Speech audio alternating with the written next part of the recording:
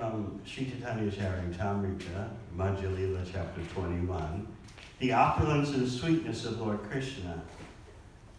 This verse we'll chant is a Bhagavatam verse. Of course, you can look at Chaitanya Charitamrita as extended Bhagavatam, because it has so many Bhagavatam verses in it. So as we've often explained, Bhagavatam takes you to Krishna Tattva.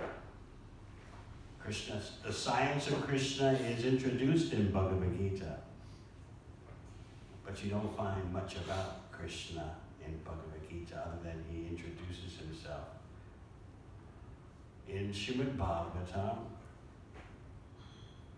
you are presented with Krishna Lila. And you start to understand Krishna's name, form, qualities, and pastimes. And in Sri Chaitanya Charitamrita, you are presented with Radha Tattva, Krishna in association with Srimati Radharani, so much so that Krishna takes the position of Srimati Radharani and takes her emotions. So sometimes people ask, is Krishna male? What is all this he? Of course, Krishna has nothing to do with material gender. He is the ultimate hero. But transcendental hero, transcendental to all matter and space and time. And Srimati Radharani is the ultimate heroine.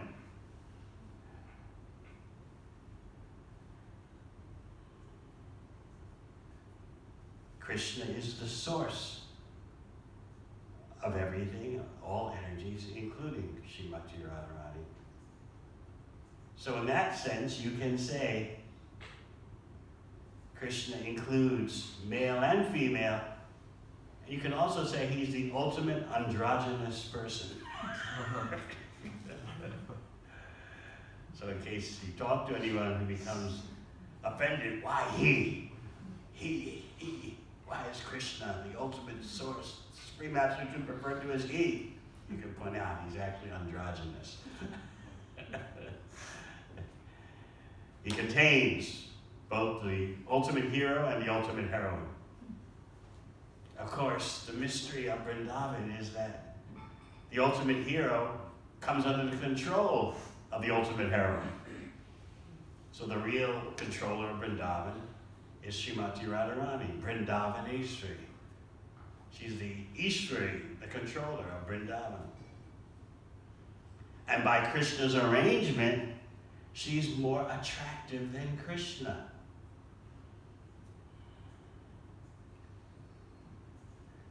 Krishna is the all-attractive, yet his energy, his internal potency in the form of Srimati Radharani is more attractive than Krishna by Krishna's arrangement.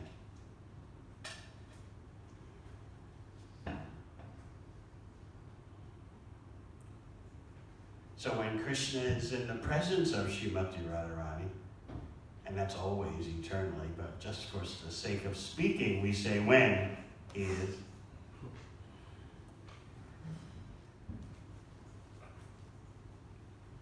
She becomes more beautiful because Krishna is looking at her.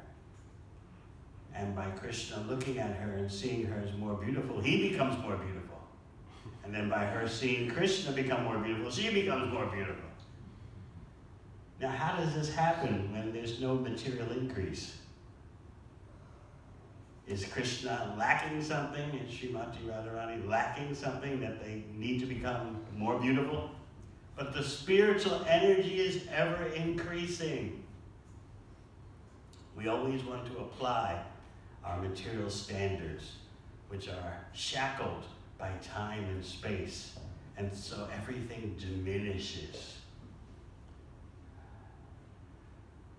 When you're a delectable looking youth, soon that same body will become despicable.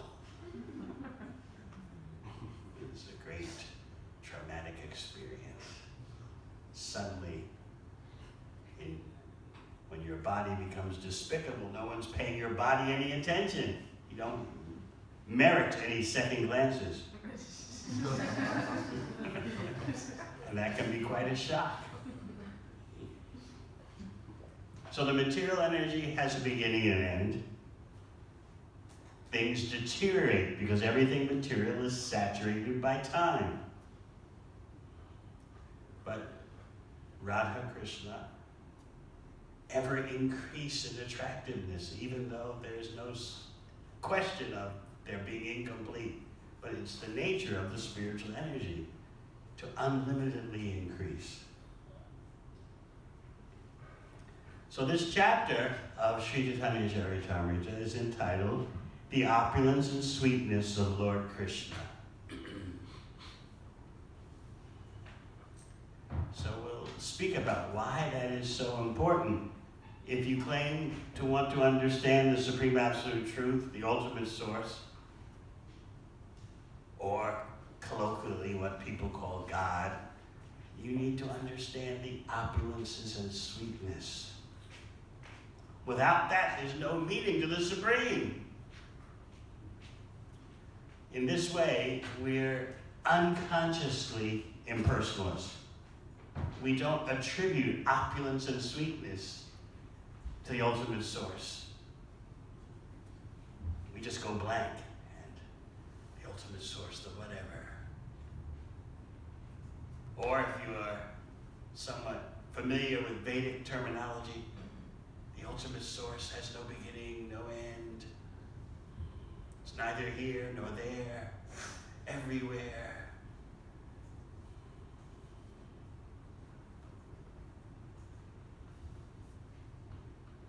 That's a very rudimentary and pop understanding of Brahman. Brahman is said in the Vedas to be indescribable, unlimited, undefinable, infinite.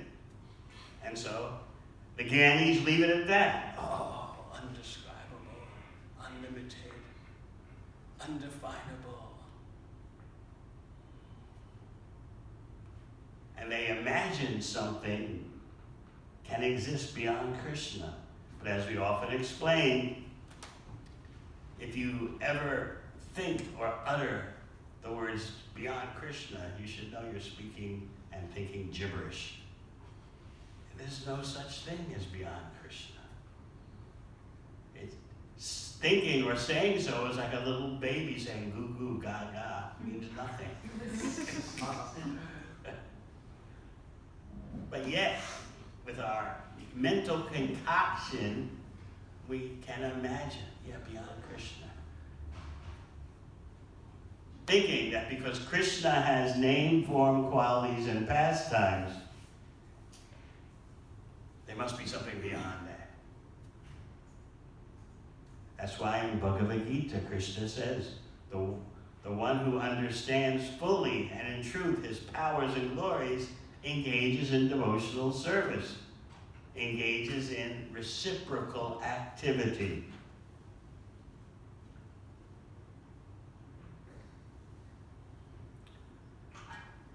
You have read that in terms of the 5 rasas, primary rasas, first there is Shantaras, in which there is some appreciation of the inconceivability and unlimitedness of Krishna.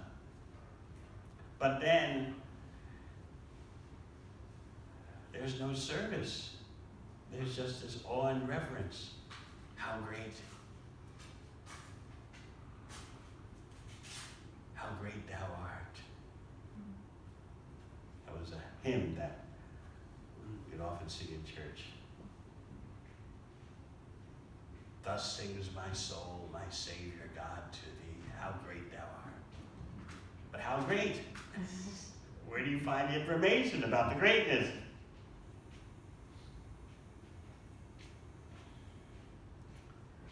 True greatness consists of unlimited names, forms, qualities, and pastimes, all non-material.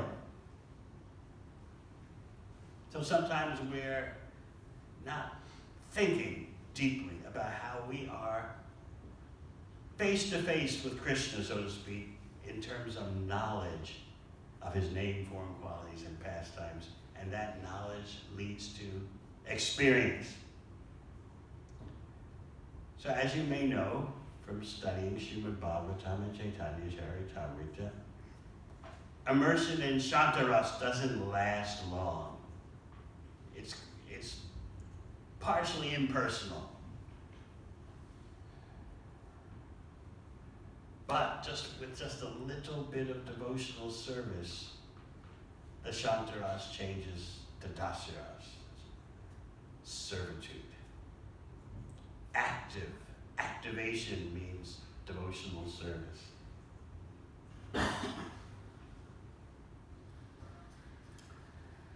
So this chapter is essential, as every chapter of Chaitanya Charitamrita is.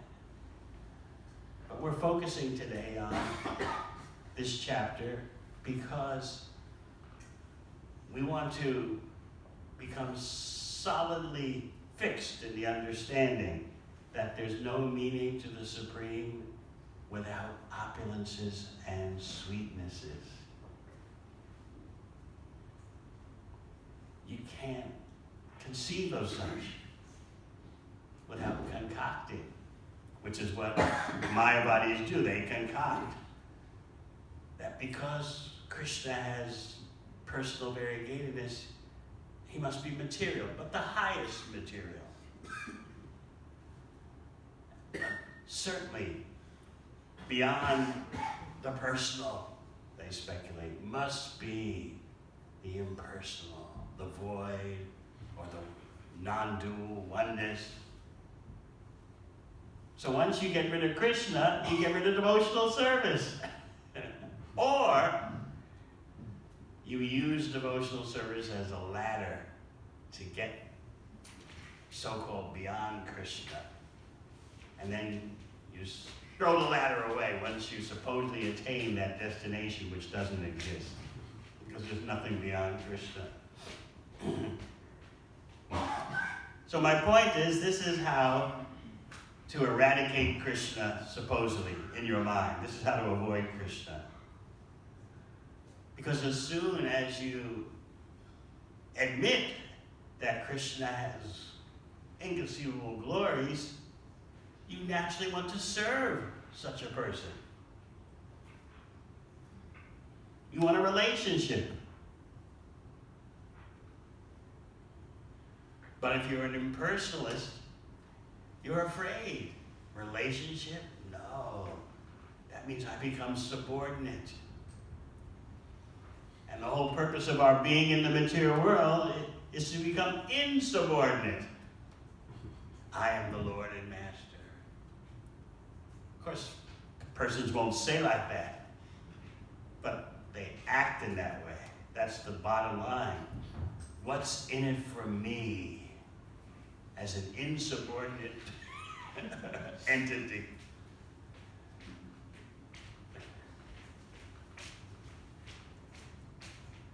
Like we were presenting at the uni program on Tuesday. We had the words on the screen to stimulate their thinking to begin the program. I want to live boldly. I want to live without regrets. In other words, taking what I want with no apologies. Wasn't that presented to you as the successful person? Grabbing every opportunity, not missing a beat, having a lust for life, always ready for action, always ready to advance your selfish interests. So the crux of our presence in the material world is insubordination. We hate it. We hate subordination. I don't want to be ruled by any cosmic supervisor. It's bad enough having a boss at work. one famous Western philosopher expressed that. He said, I feel bad about taking birth in a universe that I didn't create.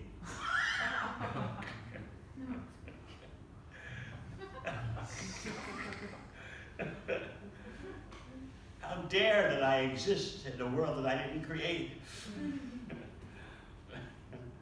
So we're hung up about our subordination. We don't want it.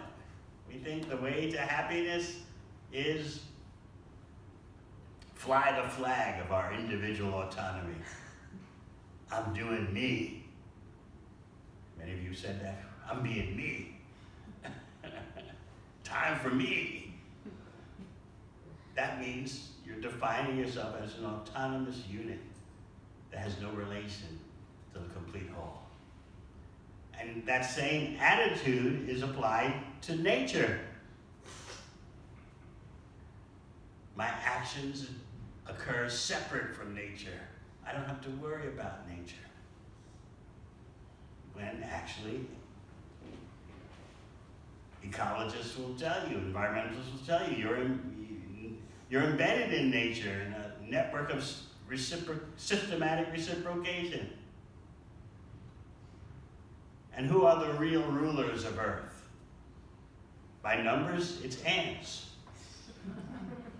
Did you know that for every human being, there are 2.5 million ants?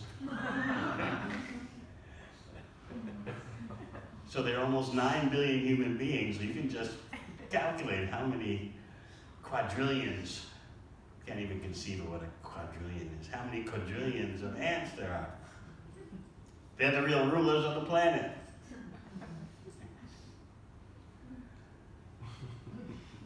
So we're stunned hearing such information. 2.5 million ants for every human being. But what about the unlimited opulences of the Supreme Absolute Truth? Hearing about the opulences of the Supreme cleanses our consciousness. So in other words, instead of just saying, how great thou art, in exclamation like, can't say anything more, you indeed find out the extent of the greatness as much as can be understood. Because as this chapter of Chaitanya Charitamrita will explain, even Krishna himself can't calculate the end of all his opulences. He can't reach the limit of understanding them. And you can only express that in terms of time. But Kala Shakti is just a dominated energy of Krishna, the time factor. So sometimes people say, is there something Krishna can't understand? Can he create something he can't understand? That means he's limited if he can't do that. Yes, Krishna can create something he can't understand, but because Krishna is constantly expanding unlimitedly, then he understands it.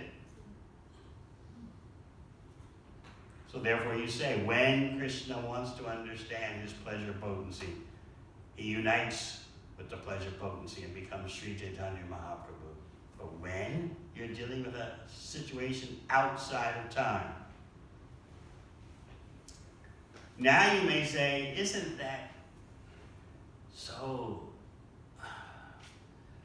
There's nothing in comparison to that. How can we relate to that? But when material scientists tell you that, as most of them will agree, everything started from the Big Bang, including time and space and all matter. So what's your next question?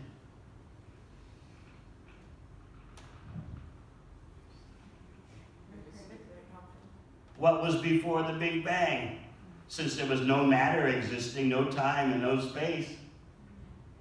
So what you're actually saying, which they won't admit, is there's something non-material. But they'll say, you just can't ask the question. It's just not comprehensible. You can't ask the question, what happened before the Big Bang? But you're implying, since you say all matter was created in the Big Bang, you're implying that there's something non-material before it. But they don't, they just stop right there. You know, it just can't be understood. And then if you believe in the spiritual energy, oh, that's unproven.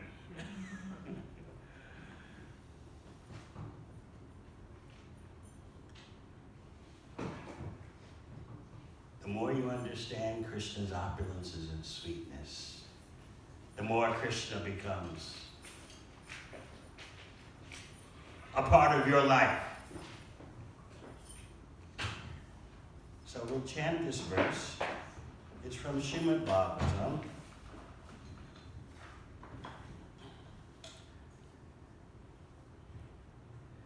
Jupatya eva tena yayur antam anantataya.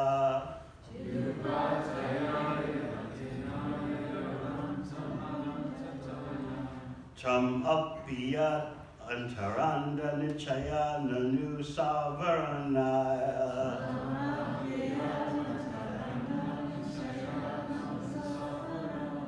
Ka eva rajam sivanti vas vayasa sahayach chutayas.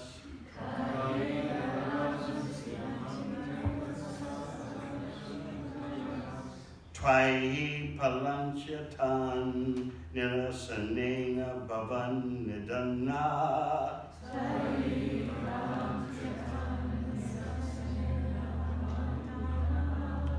Jupatya eva tena yur antam anantataya.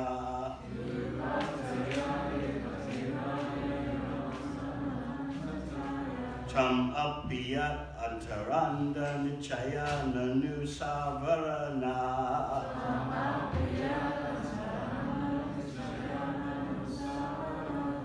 Ka eva rajam sivanti vayasa sahayach chutayas.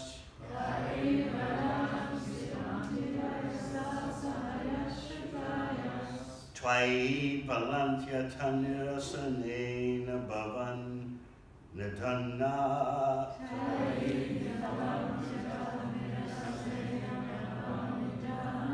Jupatya eva tena yayur antam anantataya.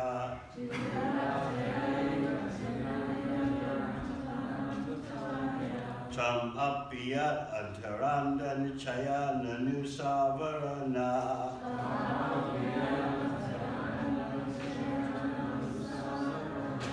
Ka eva rajam sivanti vayasa sahayach chutayas.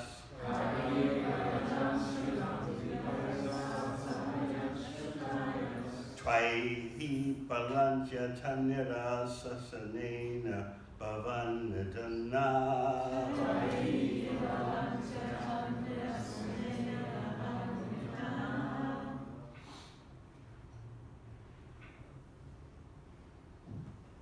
Yupataya eva tenayayur antam anantataya. Yupataya eva tenayayur antam anantataya. Pampapiyat antarananda vichayana nusavaranaha. Pampapiyat antarananda vichayana nusavaranaha. Kaivarajam sivanti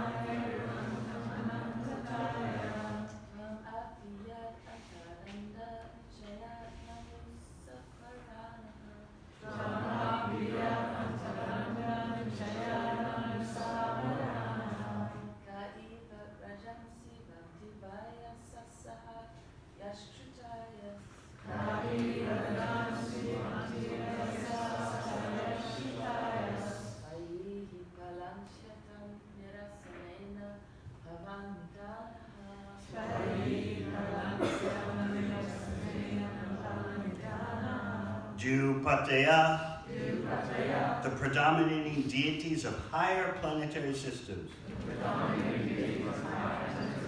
Lord Brahma and others. Eva, also. Te, your. Na, yayu, cannot reach. Antam, the limit of transcendental qualities. Anantataya, due to being unlimited. Tvamapi, you also. Yat, since. Antara, within you. Andanichaya, the groups of universes. Nanu, O sir. Saavarana, having different coverings. K, in the sky. Iva, like. Rajamsi, atoms. Vanti, rotate. Vayasa, the course of time. Saha, with. Yat, what? Shrutaya, great personalities who understand the Vedas.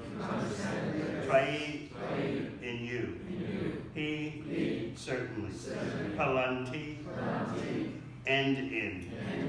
Atan nirasanena, by refuting the inferior elements. Bhavat nidana, whose conclusion is you. Translation. My Lord, you are unlimited. Even the predominating deities of the higher planetary systems, including Lord Brahma, cannot find your limitations, nor can you yourself ascertain the limit of your qualities. Like atoms in the sky, there are multi-universes with 7 coverings, and these are rotating in due course of time. All the experts in Vedic understanding are searching for you by eliminating the material elements.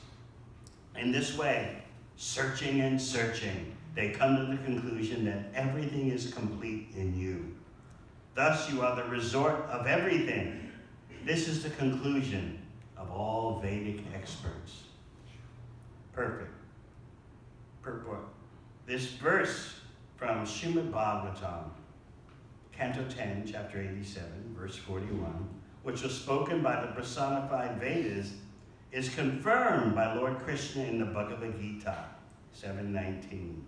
Bahunam jamanamante gyanavan mam prapadyate vasudeva savamiti samahatma sudurlabha.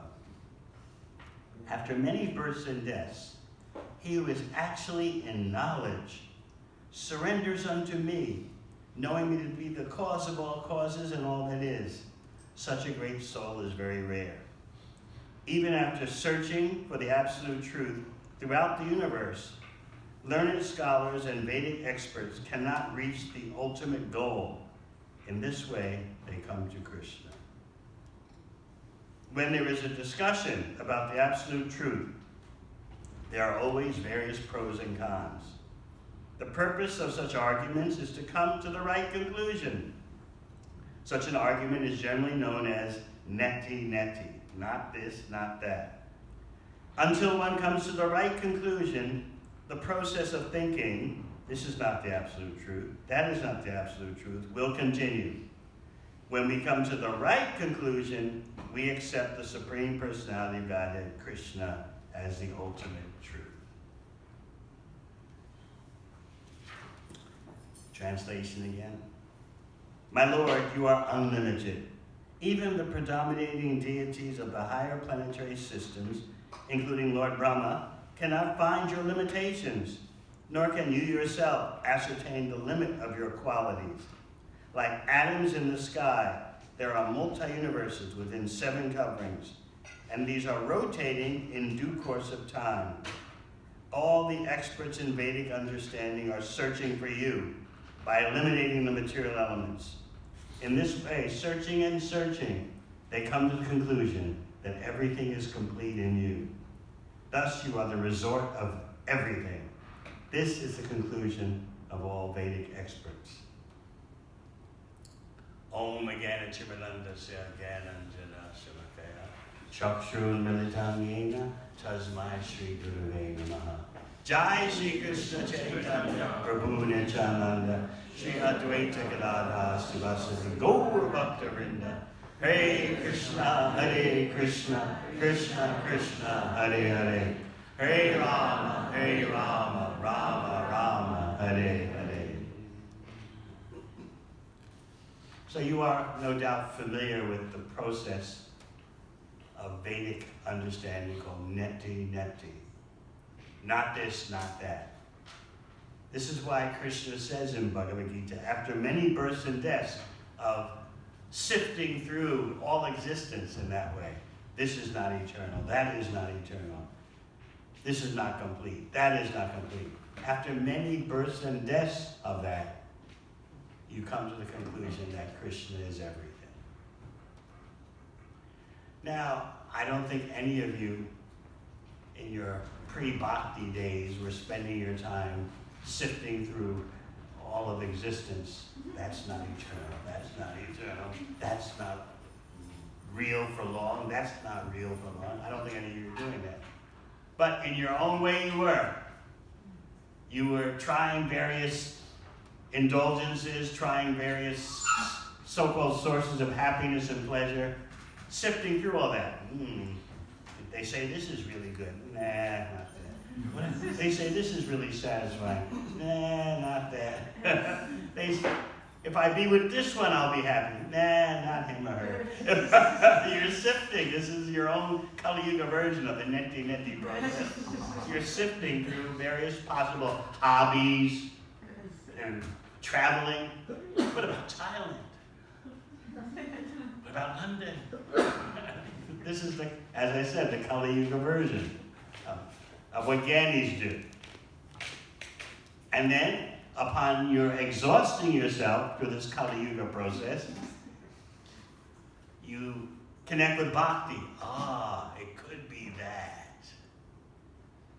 And whether you remember or not, that culmination is after many births and deaths of trying to enjoy the material energy in various species, various bodies, on various planets.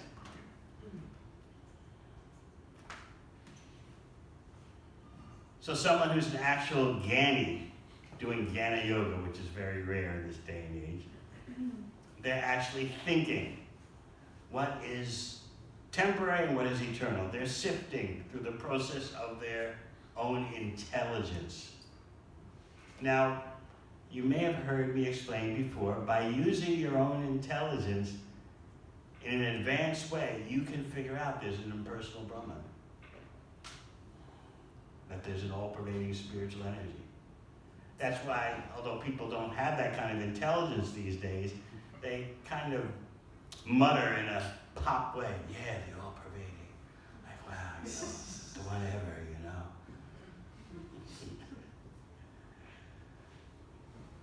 It is true that if they have more developed intelligence, you could reach the conclusion of Brahman, the impersonal reality, just by using your intelligence. But you can't go any further than that with your ordinary intelligence or with your jnana.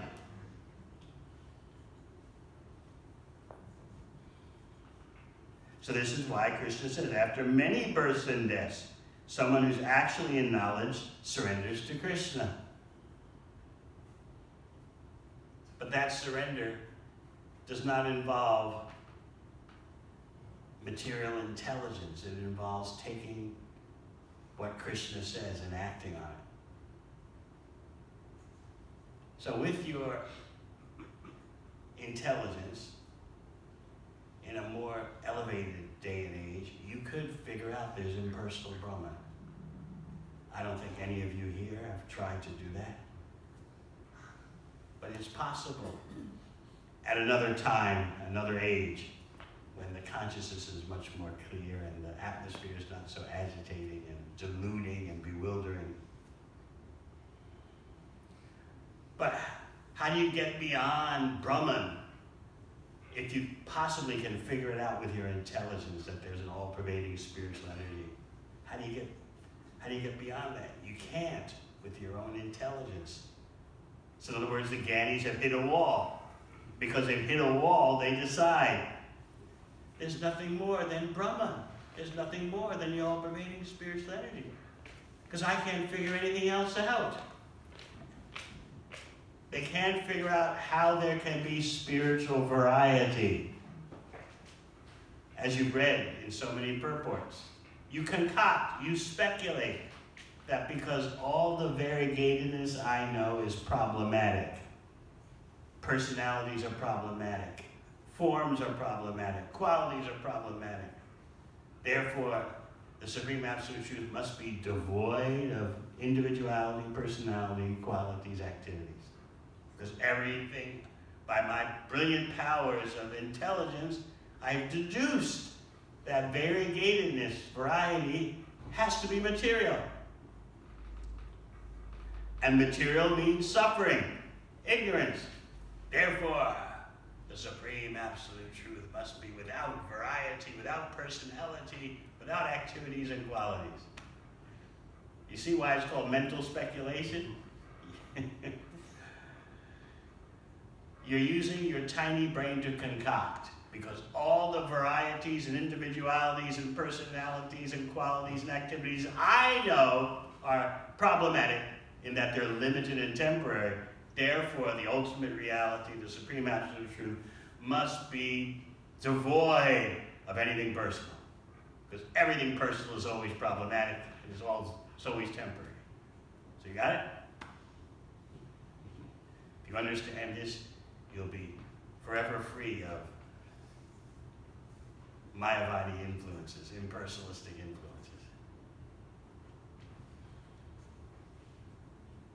So how do you get beyond Brahman? You can become a mystic yogi. The classic Ashtanga yoga system, not what they call Ashtanga yoga these days. The classic eightfold system is meant to bring you in contact with Paramatma, the Supersoul. But if you want to go beyond that, there has to be bhakti. If you want to understand Bhagavan, the Supreme Personality of Godhead, that's only by bhakti.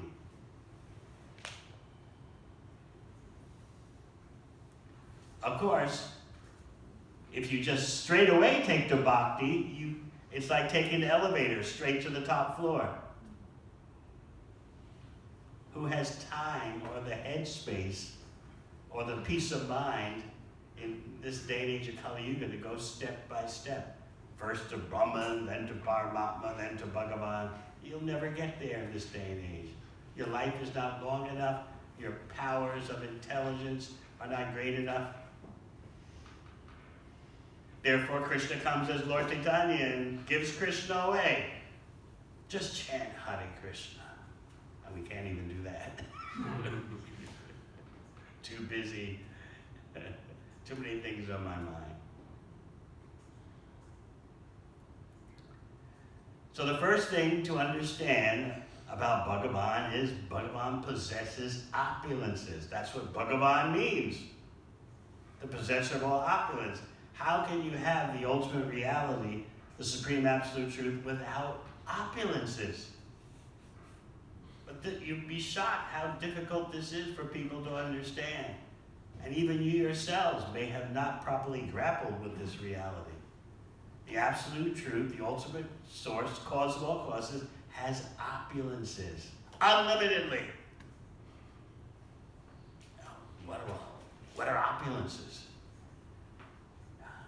That's another way of saying, how can the ultimate source have anything? Well, you've got something. And you're a tiny particle of the Supreme. You got something. But no, Supreme cause of all causes has nothing. It just exists, that's all. This is impersonalism. How can there be existence without opulence? So you have a tiny bit of opulence. Supreme Personality of Godhead has unlimited opulence.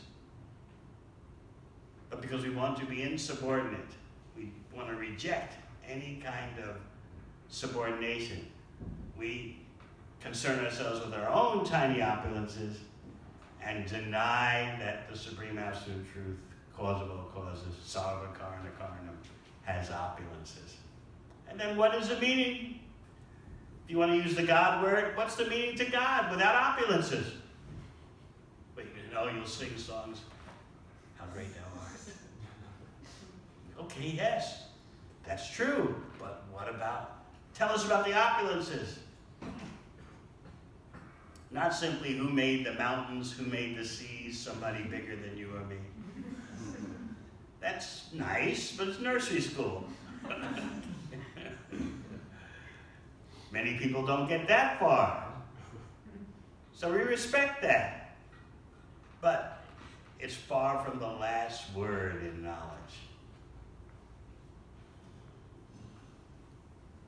So just to get your head around the reality that Krishna has opulences is a big step forward. And what is the mistake of impersonalists? To conceive of a Brahman without opulence. They just say Brahman is undefinable, non-dual, no variegatedness, no individuality, just homogeneous blandness. Who's going to be attracted to that? But yes, you will get relief from material suffering by Brahman realization. But what do you do once you stop suffering from material life? Then what? No, you don't know. So that means, in most cases, you'll fall back into the illusory energy because you have nothing better to do. You don't know anything better. So this is why Lord Chaitanya is lecturing, teaching Sanatana Goswami about the opulence of Lord Krishna. And this verse today is talking about those opulences. Opulences that, these are the personified Vedas speaking. They're saying, nor can you yourself understand the limit of your qualities. You can't reach the end of your qualities. The preceding verse says, to say nothing of Ananta Dev, even Lord Krishna himself cannot find an end to his own transcendental qualities. Indeed, he himself is always eager to know them. This is how perfect and complete Krishna is. He can't reach the end of his opulences, his qualities.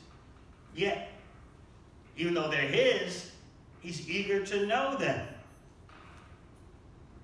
Just like in trying to understand the transcendental heroine, Srimati Radharani, Krishna's wondering, what is it about my internal potency as Srimati Radharani that attracts me so much. When I am the cause of all causes, I am the all attractive. Yeah, she attracts me. How is that possible? So then, to resolve the situation, Krishna unites with Srimati Radharani and appears as Sri Chaitanya Mahaprabhu. So this opulence question is very essential. Krishna is known as Sadaishvarya Purna, full of all 6 opulences. You know what the 6 opulences are. Wealth, strength, fame, knowledge, renunciation, beauty. And you heard how Krishna is infinitely deep in all 6 opulences.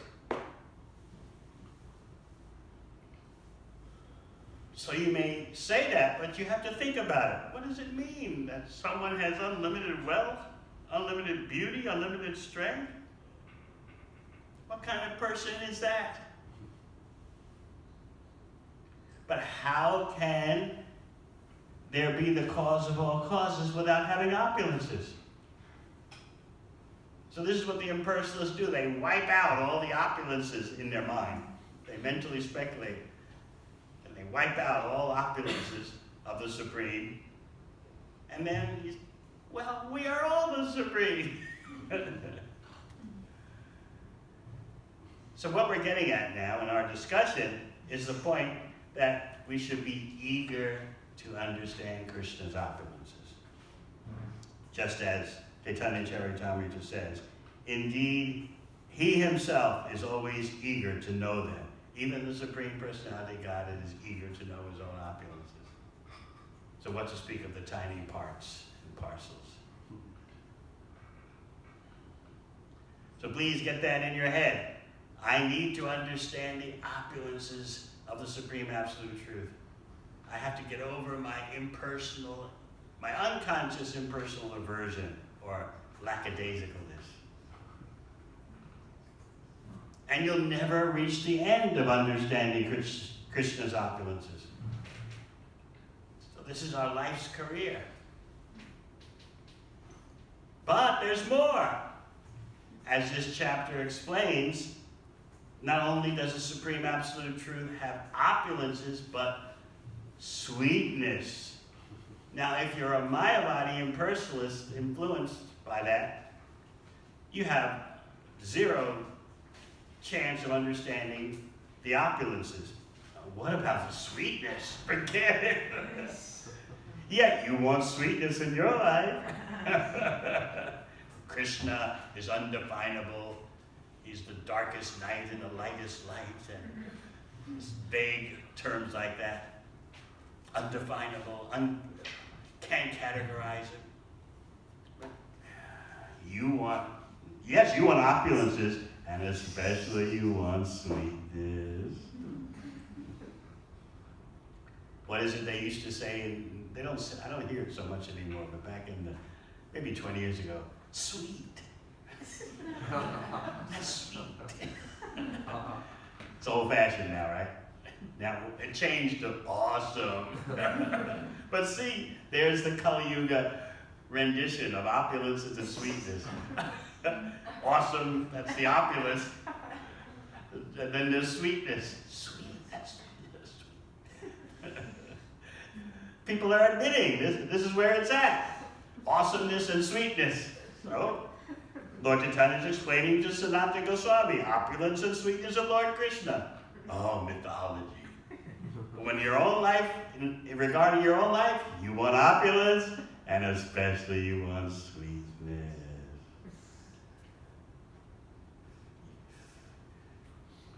So this chapter is very pivotal in helping us get over our aversion to admitting Krishna has opulence and sweetness unlimitedly.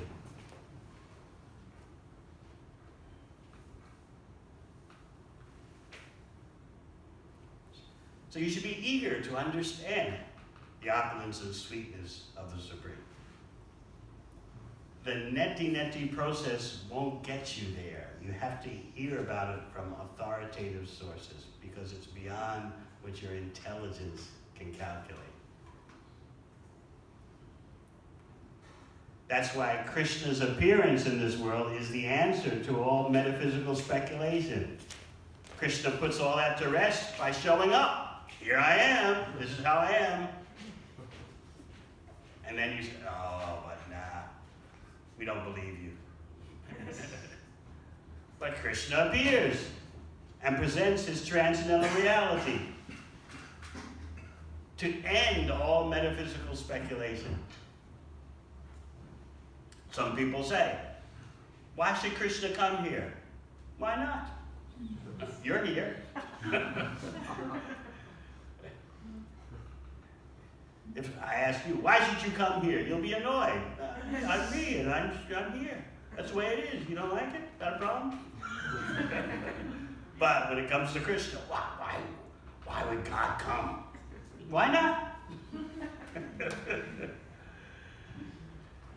This is all this ignorance is because of ignorance. So what is this neti-neti process of jnana? It requires intelligence that's rare in this day and age to analyze minutely every aspect of your life and of existence, sifting. This is temporary, that's temporary, this is not eternal, that is not eternal. We only do that in, what's the Kali Yuga version of neti-neti? Switching from one partner to another. Not this one. Not that one. That's as good as it gets with neti-neti and Kali Yuga. Could this be the one? Nah. Maybe that one. Nah. In this woeful age devoid of any higher qualities, manda samanda mateo manda bhagya upadrita. Everyone's very slow about spiritual understanding, very unfortunate, and always in a state of disturbance.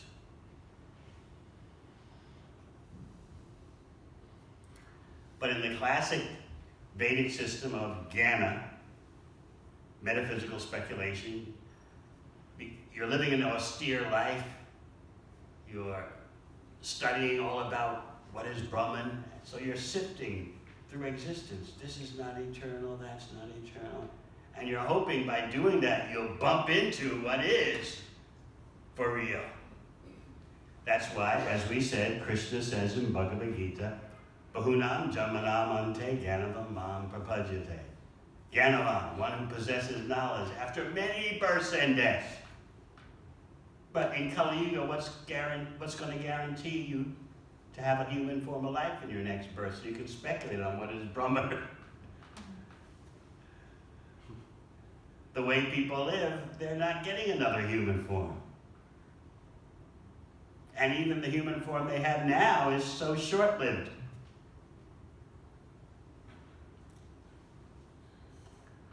The Acharyas describe neti-neti in a very interesting way. You've lost a treasure chest of jewels in a field of tall grass and bushes. And you can't find the jewels. So what do?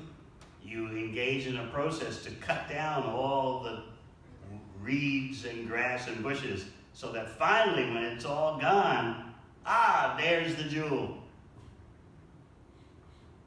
It would be much easier if you just had information. The jewels are in this spot in this overgrown field. But you don't have that information. So you spend lifetime after lifetime cutting down all the reeds, all the bushes, empty the field of all vegetation, and then finally, there are the jewels. But who has in applying that to the search for the supreme absolute truth, who has the lifespan to cut down all the weeds and bushes of material existence so that only the jewels remain? Who has those kind of lifetimes? That's why Krishna says, Bahunam jamanam ante, after many such lifetimes of speculating, this is real, that's not real, you finally give up and say, Krishna is everything. But who has that kind of time?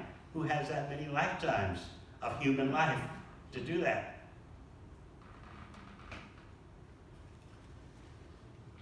So of course, you may be thinking, well, what relevance does this neti-neti process have for today?